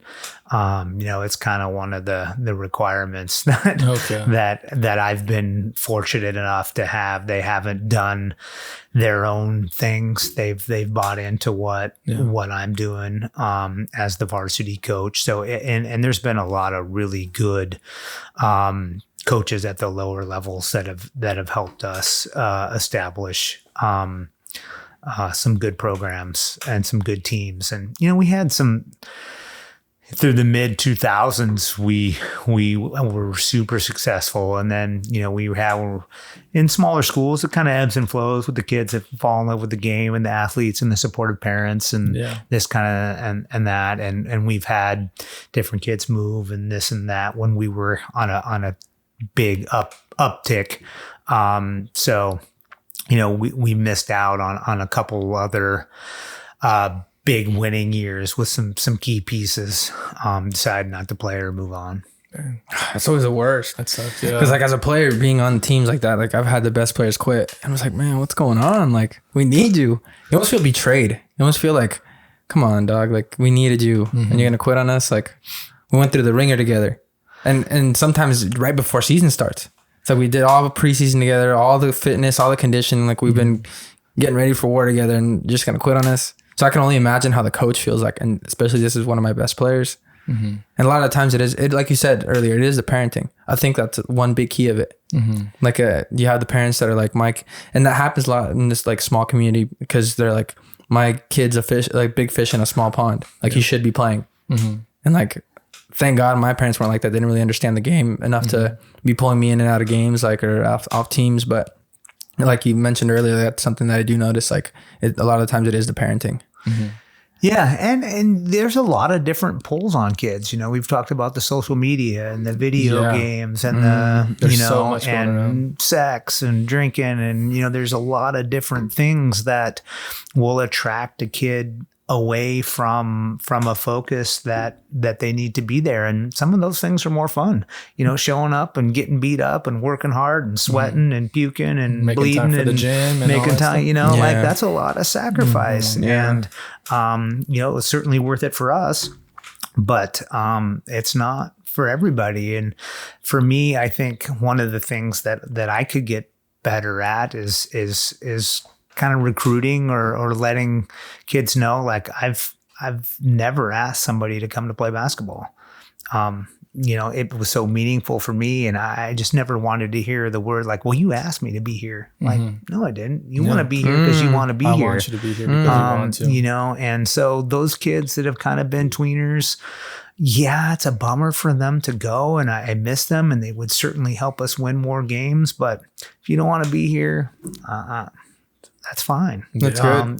To where I think I probably could have kept more kids involved if I had a little bit less of that old school attitude, or a little more nurturing that way. And and in that way, I'm not a nurturer. In Anchor Academy, I'm very much a nurturer.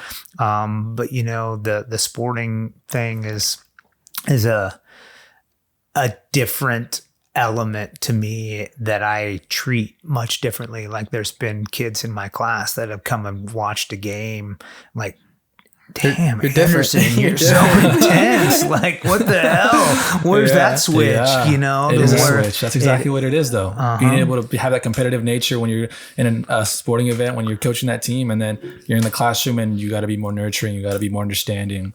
More nice and especially as a coach, I feel like you need to set the tone. There's certainly an intensity, and I think I've turned off athletes because of the intensity and the sacrifice and the part that, but to me, I can't water it down. I can't not go at it as hard as you should, and to teach those kind of morals and the sacrifices and the hard work and when I lose so many kids that the program can't exist, then it's time for me to step away. And, to be honest with you, I'm dealing with that dilemma a little bit right now with the girls. Really? Like I'm not sure.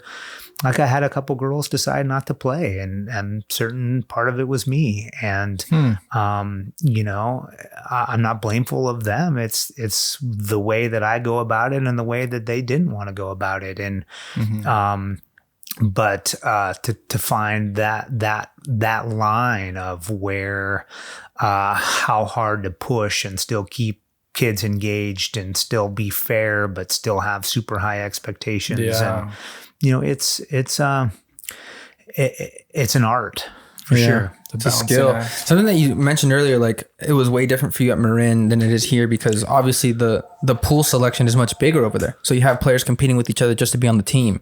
And here you're kind of, I don't know how it works, but like there was no tryouts. Yeah. You kind of just get who there you was get. Tryouts, but it was like show up and you're on the team. Yeah, right like, now. For sure. If you persevered, you were going to be part of it. Yeah. And I think at Drake, that was, he would take sophomores that weren't going to play but had a lot of potential to be varsity, to learn the ropes. And those kids would sacrifice a year of quality minutes to be a part of the varsity team. Like that was that meaningful to them. Like I'm the big shot sophomore playing varsity. I don't get minutes, but I'm still learning. And then as a junior, they would step in. It's almost like they're redshirting. Yeah. That's what it sounds like. Yeah, for sure. That kind of scenario to where it was, because they wanted to be a part of it that badly. Yeah. And here, if, there's not a little bit more instant gratification. We've had kids that have done that, and I've tried, but it's been limited success. And not to say that that's always the right way. There's a scenario where I took a couple sophomore guards up on a league championship team, and one of their peers stayed down on the JV level, and the one that stayed down actually ended up being the MVP of the league as the senior. So, like he just developed a little bit more of a mentality of I got to be the man. I got to score. Yeah. Where the sophomores that were up, they were more role players and kind of settled into those roles. Not that they were more skilled or less skilled, but like a lot of athletics, as you know, is a mentality. And the mentality was developed a little bit differently. And it's tough to get that back sometimes once you get that sophomore point guards playing up. Sometimes like my job is just to run the show. I'm going to get guys where they need to go. I'm going to get them the ball and they're going to make the play. But they've ended up being some of our more skilled guys. So then as juniors and seniors, I need them to make more plays. But yet their mentality is more of I'm going to run the show. So that's something that, is tricky for kids to change sometimes. Yeah. I feel like in a sport like basketball, that'd be kind of, or hockey too, like where everyone can score. Like in soccer, like you can't score a goal from the goalie or center back, so it's much easier to take that position of like, I'm a role player. But I feel like for a team to succeed, like there needs to be scorers, there needs to be role players. Like you need to understand your role as a player. For sure. For there to be success, I 100% agree. And I was in that situation when I was a sophomore. I got put up to varsity, and the coach came and talked to me. He's like, you can go up to varsity. We would love to have you. Or you could stay down and play JV with all your friends, and you could, be a huge role player here. But I understood already when I was accepted. I said yes. I knew that there's a lot of seniors and juniors who are studs. They're balling. They're playing really well. Like my playing time will be limited. And it was that way. And for maybe half the season, I was frustrated because I'm so used to playing 90 minutes. I'm used to playing the full time. And I'm over here playing 20, 25 sometimes, And I'm just like, come on, like I want to play. I know what I can do. But there's all these other players that are already playing in my position and they're doing a great job at it. And but I think it helped me because then once I was a junior and then senior, I had that experience playing with the team. I understood what it meant to, okay, I'm going to put this person in for 20, 30 minutes and he's going to come in. He has that extra energy. He has that extra X factor that's going to get us that goal. Yep. So- And you, I think you have an appreciation for that person that has to be in that role, and Yes. like, hey, to encourage them to keep working hard, and your Like, we time will need you, come. yeah. We need you, and those kind of valuable life lessons. And that kind of came back to that when competition is done right scenario, when we're on the same page and we're sacrificing for one another. And I've been in your shoes, and it's hard to stay motivated, but look, I'm getting minutes now, and you will, not too far away. Just stick with it. Yeah, I feel like that's an important thing for coaches to do as well, because like being on the receiving end of it, like having a coach tell you exactly where you stand on the team, like managing the egos, understanding like, okay, this guy's not getting that many minutes, but let me explain to him why, maybe what he can do to improve or maybe get more minutes. Because I've been in those positions to where you do work your ass off and you do earn the starting spot, but then there's other times where you feel like you're working hard or maybe even harder than the guy that's playing, and you're playing better in practice, and I'm not getting anything. I'm not getting anything from the coach. I'm not getting any feedback, nothing. So as a coach, do you feel like that's something important you have to do to kind of keep the players engaged? Like, let them know, okay, you're not playing a lot now, but if you keep this up in practice, you're going to get minutes. For sure. And I think that's something that I could continue to grow on and do a better job of, and trying to be aware of that and touch base with those kids on the daily. And I think an awful lot of out there is perception, and if you're high-fiving the kid that's starting and not high-fiving the kid that's coming last off the bench, like what message is that sending? Yeah. So to kind of be conscious of that, and to be maybe just try to work hard to keep that person engaged and know that you care about them and that you value them and that they have an opportunity when the situation presents itself. But also to be honest, like, hey, this person's better than you right now, whether they're more athletic or they've bought into that role a little better or, whatever it may be of why that person's ahead of the other one. And, I had a tough conversation with a parent one time. Like, I told a kid, like, hey, you're probably 11, 12, this is like a couple days into tryouts. Like, if you want to be a part of this, I'd love to have you here. You're more than welcome to stay, but know this is where you are right now. And somebody could get ineligible, somebody could get hurt, and you could climb that ladder, but this is where you are. And the kid chose not to play. And I was okay with that. But, somebody tracked me down, a not happy dad, and like, hey, you kicked my kid out. Like, I felt like I owed him to be. How do you respond? I felt like I need to be honest with your kid. I'm going to ask a tremendous amount of him, and if it's not worth it for him to be a part of that, because he needs minutes, I think he deserves the right to know where I see him right now. Yeah, absolutely. And that's where, and I have a great relationship with that kid and with the dad, but it was an awkward conversation. Yeah. I feel like it's necessary though, Totally. I feel like honesty is always the best policy, especially in sports. Like, this is what I'm signing up for. I should know now where I stand. Exactly. And what I'm going to get out of this. Yep. So I don't But think those that are should change. tough. Yeah, absolutely. Kids don't, and parents don't necessarily want to hear the truth. They want, 76% of Americans think everybody should get a trophy. That's not how sports work. I don't agree with that at all. How life works. And this is you teaching high school, right? Coaching high school? Yeah. Yeah. I think at that point, I mean, you want to win. It's competition. It's, you putting your best 5 guys out there, like you said. And I think, honesty is the best policy in that sense. You're like, hey, you got this guy, this guy, this guy. These guys are starting, you're down here. If you work hard, maybe you can get to that point. As you said, there's injuries, there's other stuff. But like, I think just being honest with them and letting them know that, you got to work hard if you want to get to that spot. I think there's nothing wrong with that. Yeah. It shouldn't be given to you. Yeah. Absolutely not. Have you ever thought about taking your coaching to like a higher level? Because I feel like that would be very successful at the higher level, I did. There were some times when I left here and went to Marin and learned about a lot from Denellen and was kind of putting in time, but at that point too we had started our family, and to work your way through the collegiate level, you have to be a graduate assistant, or you got you're not going to make much money. You got to move around. Who's your mentor? You got to, and it wasn't something at the time that I was willing to do.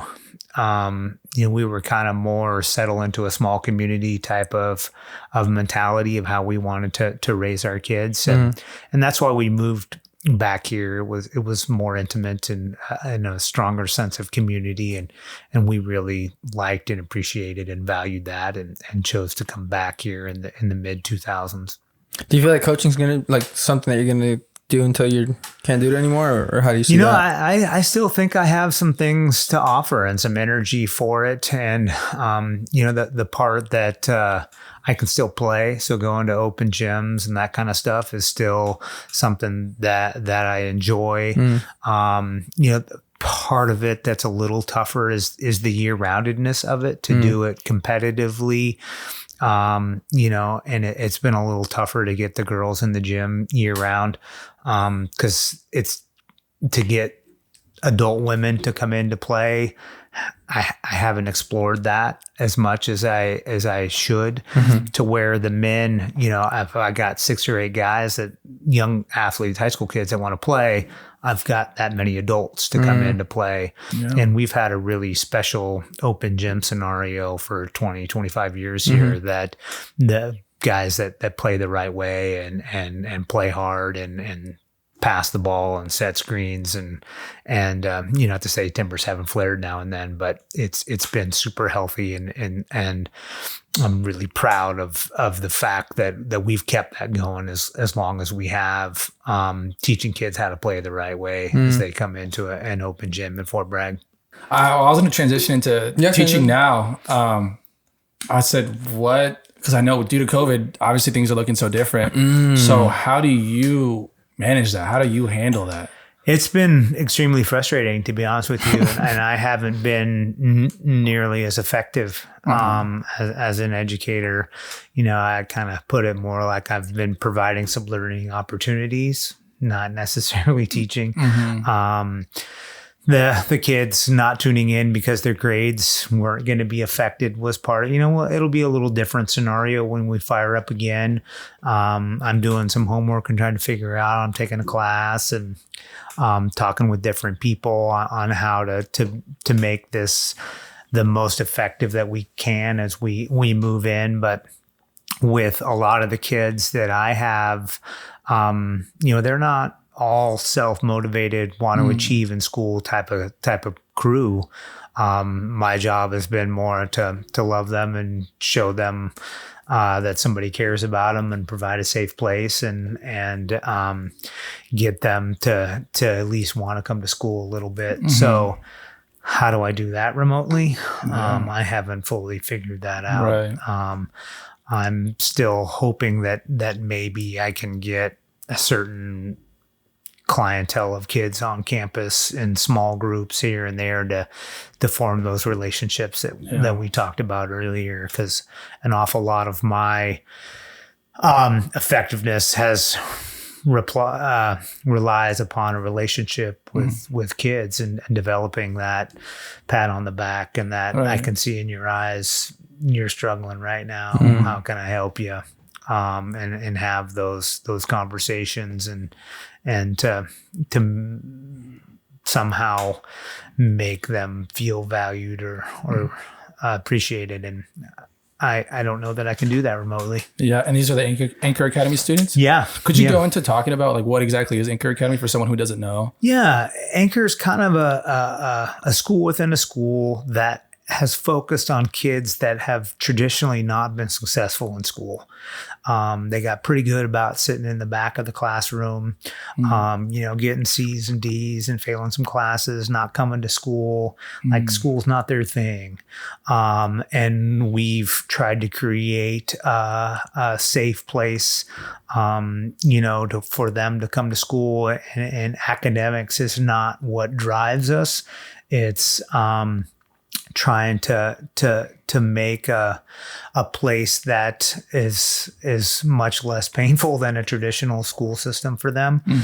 We don't have classes on Mondays right now. In the past, we would be at the food bank or the Humane Society or Mendocino Land Trust working on trails or teacher aides in the classroom. And, a lot of these kids sacrificing that their parents maybe didn't make for them in supporting them, and whether that was to sit down to read to them or a lot of broken homes and that kind of thing. Right. And so to try to big picture wise to know that something's bigger and that somebody has it tougher, and to not wallow in their self-pity, but that you can do this, and that you haven't participated here, but you can, and you will, and there are other ways that you can be successful and contribute. That's awesome. Yeah, it's been fun. Necessary. That's awesome. Yeah, I didn't know it was still going. Yeah, I was in Anchor Academy, and it actually helped me out a lot. Because going into high school, I started my freshman year, like the second half of my freshman year, and I didn't even have aspirations of going to school. And it was like teachers that actually like cared about you and helped you out. Like a lot of the times, I feel like we got a lot of slack because the teachers did a lot for us. And in the regular classrooms, AP setting, like you kind of on your own. But like shout out to Miss Farrell, shout out to Miss Titchen, and like if it wasn't for them, I probably wouldn't have gone to school because they were pushing me so hard to go to school. Like originally it was SRJC. I was like, yeah, I know a little bit about it. My brother was gonna go there. We went to go visit the campus. It was nice, but I didn't really know a lot about school. Like I didn't know how to apply. I didn't know how to even go about it. And they were like a big help trying to get me to go to school. And it was just something off that, just kind of plant the seed in your head, and then from there, like you said earlier, it opens a lot of doors. So I'm always going to be thankful for that. Like they helped me out a ton, and it was a setting like that. And what I can compare it to is almost kind of like a junior college setting, very small classrooms. You get a relationship with the teacher, like they help you out a lot. And something going back to like what you guys said about like remote learning, I feel like it's kind of a bad thing. Cause like I know being like you guys are the teachers, you guys teach it. There's obviously a difference in teaching it, but being the student and like having the whole semester be in class and then switch to online, like you lose quality in learning. Oh, for sure. For me, it was almost like I see the positive and the negative about it. Cause when I switched, it's like, okay, now I can take my exams and I can cheat and I can, you know what I'm saying? So it helped me out in a class that I was struggling in. Like I ended up getting a better grade, but in reality, like I didn't learn as much as I would in class. And I feel like that's a big thing for like maybe the kids don't know it now because they're so young and they don't really understand like the importance of getting help in classrooms or maybe building good habits and asking questions. But I know for me, like being there and understanding the both sides of it, it was like almost crippling me in a way, And I feel like that's kind of like a bad thing, especially the kids at a young age that almost rely on school, that it's their escape. Yeah. They need the help, like that's. Yeah, for a lot of our kids, it's their safe place. It's their sanctuary. Exactly. It's some place that they go. And, one shoe doesn't fit all. And Anchor Academy has been a place where we've been able to meet more kids' needs. And for some kids, independent study and working at their own pace and, self-motivated and resourceful and finding different things and being able to like, okay, I'm in, algebra 2 mode right now. I'm going to get 4 hours done. Like some of those kids, like that works for them rather than 45 minutes every day, to where there's been some that have been more successful and more turned it in, have been super productive. But those are few and far between. I think. Have you had a lot of kids? Because I don't know like about the program after I left. Have you guys had a lot of kids move on to school from the program? All JC bout. I think you're our only 4-year kid. Yeah. And that you took the electives that you needed to outside to stay A to G. And I think we maybe fudge factored for you a little bit here. A little bit. Pull some strings for me. Yeah. If I'm being 100% honest with you, if I had to go back and do it again, I probably would have went to junior college out of high school. I feel like it would have been a much easier transition, very much more affordable. But it was a huge culture shock, like a huge transition. And I feel like I don't know. I don't want to say like, oh, I could have learned more. I could have done better to prepare for it. But junior college is definitely a really good route to go about. And then from there, you can kind of test the waters in some classes, see what you like, see what you don't like. Yeah, there's no shaming. Yeah, there's no shame at all. Absolutely not. And if I were to go back, I probably would have done that, to be honest. Yeah. You know, and we all discover things on our own timeline and how we figure it out, and when we find our passion and where we're going. You know, I want as many kids to keep as many doors open for as long as they can, but I realize and appreciate that the 4-year school is not for everybody right off the get-go. And, you know, with a lot of the anchor kids, it's, you know, let's find you a skill and a trade and something that you can get trained on to where you can earn a living wage in our community, whether that's a plumber or electrician or, you know, some internship apprentice types of scenarios. You know, working in the trades around here is a way that you can support your family. Yeah. So it's certainly an avenue that I think I'd like to see more people explore. You know, college, whether it's 4-year or JC, to me isn't about intelligence or upbringing, or it's about perseverance, you know, and like you can all do it. It might take you a little longer. It might, you know, the sacrifices that you might have to make might be a little greater, but it's doable if the goal at the end is meaningful enough for you. Yeah. I think that's the hardest part, is like, especially for kids at that young age, like for them to understand, I'm going to have to pick something in life, you know, like what is it that I'm good at? What is it that I want to do? And a lot of the times, like we've talked about this before, like as an 18-year-old, 17-year-old kid, like that's so much pressure on your shoulders at a young age. Like I don't even know, you know? They don't have to make the decision at the age, Yeah. but they think they do. I feel like there's this There's so much misconception where pressure, like by the time you're a junior or senior, you should know what you want to do, so that way you can plan those last 2 years and get the schooling done that to go on to the 4-year, or to have that backbone or background so you can jump right into the field. But it's like, no, you don't. I went to college thinking I was going to go in science, and then I ended psychology, you know, and in sociology. And I didn't know until my sophomore year what I wanted to do. That's totally fine, you know? And it's absolutely. And I think to follow your passions, and you mentioned like what you like. And I think part of what I struggle with a little bit is that kids can't tell me what they like. You know, like it's okay to not know what you want to do, but do you prefer doing this or do you prefer doing that? Do you like that? Well, I don't know. Like, you know, to me, it was very clear. Like I much preferred doing mathy science stuff than reading and writing. So like, let's explore that a little bit and see where it goes. And, so that part, and there's so many different jobs and niches out there, like follow your passion and then let the job fall into place after that. Like don't go to school for the job. Go to school to learn about something that you dig on. Absolutely. I completely agree with that, because that's what I did. I went in trying initially to be a doctor.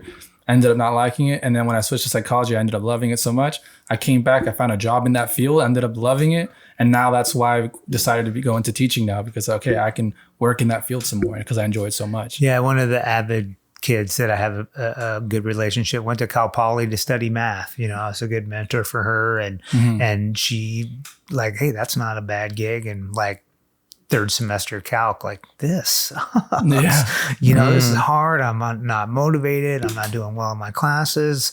Found ethnic gender studies, like killing it. A's and B's, like so motivated in a different part of the history that she wasn't exposed to as a Latinx girl. And like, you know, just to see the passion in these kids' eyes. We've had a couple lunches, and like, for them to dig on what they're studying and be passionate about it and want to make a difference and learn more. Like that's what it's about. Yeah. Do you feel like there's anything in high school that isn't taught that should be taught? Like we touched on it a little bit earlier, like the whole driver's ed. I feel like that should be very inclusive in there. But is there any other subjects that you see maybe your own kids are struggling with? that they weren't taught in high school? There's a lot of that life lesson stuff that, how to change a tire, how to balance a checkbook. Do they not have how auto to shop go in high to the school? bank. We don't. Damn. How to change a garbage disposal, just kinds of more hands-on-y kinds of things that, and as we're getting into, transgender, Black Lives Matter, like a lot of these kind of things, like aren't things that are really talked about in school and from a historical perspective of somebody on the other side. A lot of our history is from white man's perspective, and to kind of get the other side of that. To me, I'd like to see us be more creative with how kids learn certain skills. Like with a history class, why can't we do a Black history or a Latin history, like where we touch some on the U.S. stuff, but maybe from a different perspective, or a creative writing class that's somebody that's going to read about animes or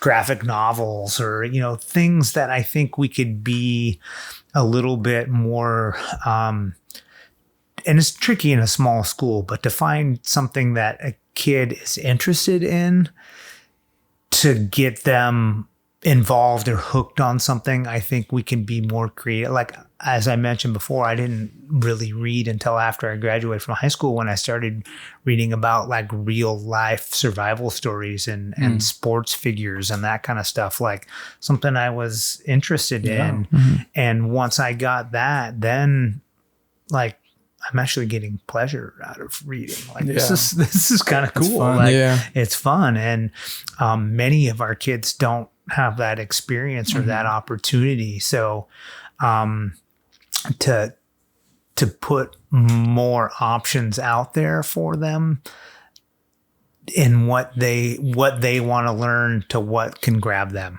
I feel like I had this conversation with Mr. Brown one time. Or somebody, it was about history, because I remember the seniors in my class were taking a different history class because they were in AP, some of them. So like, I think it was your group, you guys had a different AP history class, or I might've been talking to Clemente or somebody, but they were like teaching me, or like telling me about what they were learning. And it was like essentially what we were learning, but like more in depth. And I feel like that's in college, that's kind of where you, like you said, the different perspective, you would learn about what Christopher Columbus actually did. You know what I'm saying? Instead of like, oh, he came here, he colonized and blah, blah, but it's like, okay, how he did it, what he did, the other perspective, other people's stories.